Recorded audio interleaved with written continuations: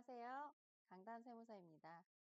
부모님들 혹시 자녀에게 5천만 원 이체해 보신 적 있으신가요? 5천만 원까지는 증여세 없잖아. 그래서 그냥 보내고 신고는 안 하셨나요? 국세청은 여러분의 계좌 이체 내역을 모를까요? 자녀가 나중에 집을 살 때 그 돈이 어디서 나왔는지 확인 안 할까요? 국세청은 이미 자금 흐름을 손바닥 보듯이 알고 있습니다. 그리고 부동산을 취득하는 순간 그 자금 출처를 분석합니다. 실제로 25년 말 국정감사 자료에 따르면 국세청은 지난해 3,719건의 부동산 세무조사를 진행해서 2,979억 원, 그러니까 3천억 원이죠, 약 추징했다고 합니다. 그래서 오늘은 이런 질문 한 번에 정리해드리겠습니다. 세금이 0원이면 신고 안 해도 되는지, 신고를 안 하면 가산세가 붙는지, 세무서에서 5천은 신고 안 해도 된다던데요? 라는 말이 왜 나오는지, 어디까지가 맞고 어디부터가 위험한지, 오늘 영상 끝까지 보시면, 아, 그래서 신고하라고 했구나, 정리가 되실 겁니다. 증여세를 내지 않는 경우는 먼저 크게 두 가지 경우입니다. 이 두 가지를 잘 구분을 하셔야 되는데요. 첫 번째, 아예 비과세인 경우입니다. 상속세법 및 증여세법에서는 사회 통념상 인정되는 생활비, 교육비 등은 비과세도 규정하고 있습니다. 예를 들어서 학자금, 통상적인 혼수용품, 사회 관행상 지급되는 결혼 축의금 등은 원칙적으로는 증여세가 과세되지 않습니다. 이건 제가 첫 번째 영상에서도 말씀드린 적 있죠. 이제 다만 비과세에서 가장 중요한 거는 실제 용도가 중요한 겁니다. 받은 돈을 적금을 하거나 부동산을 취득하거나 주식 투자에 사용하면 이거는 비과세로 보지 않을 수가 있습니다. 어쨌든 비과세로 명확하게 보는 영역에 있는 돈은 원칙적으로는 신고 의무가 없는 것이 맞습니다. 두 번째, 비과세는 아니지만 기본 공제로 세액이 0원이 되는 경우. 여기서 많은 분들이 헷갈리십니다. 배우자는 10년간 6억 원, 직계 존속과 직계 비속 사이에는 부모 자식 간이죠, 보통은 5천만 원, 미성년자는 2천만 원입니다. 기타 친족, 뭐 이모, 삼촌, 고모, 기타 친족은 1천만 원이고요. 예를 들어서 부모가 성인 자녀에게 5천만 원을 증여하면 세액은 0원이 됩니다. 그래서 이렇게 말씀하시죠. 세금이 안 나오는데 왜 신고해요? 세무서 가봤는데 안 해도 된다던데요. 이 말이 왜 나오느냐 하면 납부 세액이 없다는 의미에서 그렇게 안내되는 경우가 있기 때문입니다. 하지만 근데 여기서 구분을 하셔야 됩니다. 세금이 0원인 거하고 신고 의무가 없다는 같은 말이 아닙니다. 기본공제에 적용받아서 세액이 0원이 되더라도 원칙적으로는 신고 대상입니다.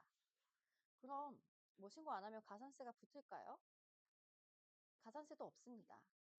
공제 범위 내라면 납부세액이 없기 때문에 무신고 가산세나 납부 불성실 가산세 부담은 실질적으로 없는 경우가 많습니다.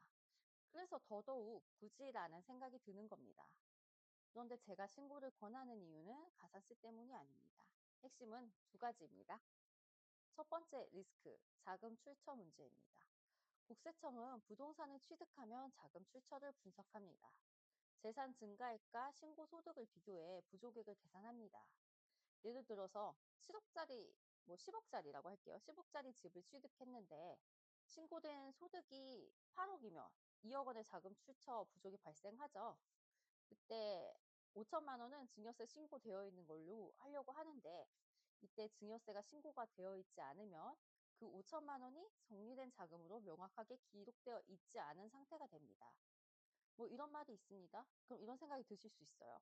조사 나오면 그때 부모한테 받았다고 말하면 되잖아요. 뭐 맞는 말이죠. 하지만 세무는 말로 끝나는 게 아니어서 결국에 입출금 흐름, 시점, 자금 성격, 이전 신고 여부 이 모든 게 맞아야 됩니다. 그래서 그걸 나중에 소명하려면 사실 많이 번거로우세요. 그래서 미리 증여세 신고가 되어 있으면 그 돈은 증여로 정리된 자금이 됩니다. 신고가 없으면 왜 그때 신고 안 했나요? 다른 자금은 더 없나요? 이 질문이 이어질 가능성이 커집니다. 두 번째 리스크, 10년 합산 규정. 증여세는 동일인에게 10년간 받은 금액을 합산합니다. 처음 5천만 원을 신고하지 않고 몇 년 뒤에 또 5천만 원을 증여를 받으면 총 1억 원으로 합산해서 계산을 해야 됩니다. 현실에선 여기서 누락이 많이 발생합니다. 사실 예전에 받은 돈이 증여였는지, 차용이었는지, 생활비였는지, 시간이 지나면 기억도 흐려지고 자료도 섞입니다. 그래서 나중에 추가 증여를 신고할 때 이전 금액을 빼먹는 경우가 실제로 많습니다. 그때부터 과소신고 문제가 될 수 있죠. 그래서 결론은 정리해 보겠습니다. 비과세에 해당하는 경우는 원칙적으로 신고 의무가 없는 경우가 많습니다. 기본 공제를 적용받아 세액이 0원이 되는 경우는 원칙적으로 신고 대상입니다. 공제 범위 내라면 가산세 부담은 크지 않을 수 있습니다. 그러나 자금 출처 소명과 10년 합산 관리 측면에서는 신고가 훨씬 안전합니다. 세금이 없다고 신고를 안 하는 것은 문제가 없어서 안 하는 것이 아니라 기록을 남기지 않는 선택일 수 있습니다. 특히 자녀가 향후 부동산을 취득할 계획이 있다면 증여세 신고는 리스크 관리 차원에서 매우 중요한 선택입니다. 그래서 저는 말씀을 드립니다.